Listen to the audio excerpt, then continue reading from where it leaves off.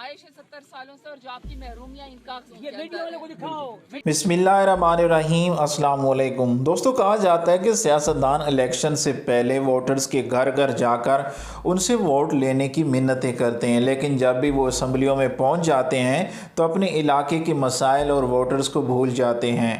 आपको बताते चलें कि वफाकी वज़ीर बराए मौसमियाती तब्दीली ज़रताज गुल जब अपने हलके में पहुंची तो लोगों ने उनके सामने अपने मसाइल पेश किए, तो वफाकी वज़ीर ज़रताज गुल ने क्या रिस्पॉन्स दिया। आपके 2 बंदे मेरे पास आएंगे इस्लामाबाद, वो 2 दिन चाहे वहाँ पे बैठे, ये सारे कागज चाहे स्कूल के हैं, चाहे पानी के हैं, चाहे बिजली के हैं, उसके मंसूबे मेरे दफ्तर में बैठ के वहाँ बनाएंगे हम। ठीक है, मैं आपको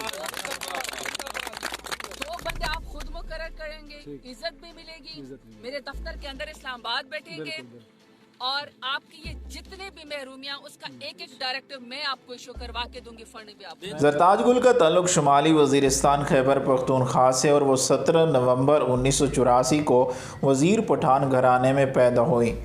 वो पाकिस्तान के आम इंतखाबात 2018 में हल्का NA 191 डेरा गाजी खान 3 से पाकिस्तान तहरीक इंसाफ की उम्मीदवार थीं।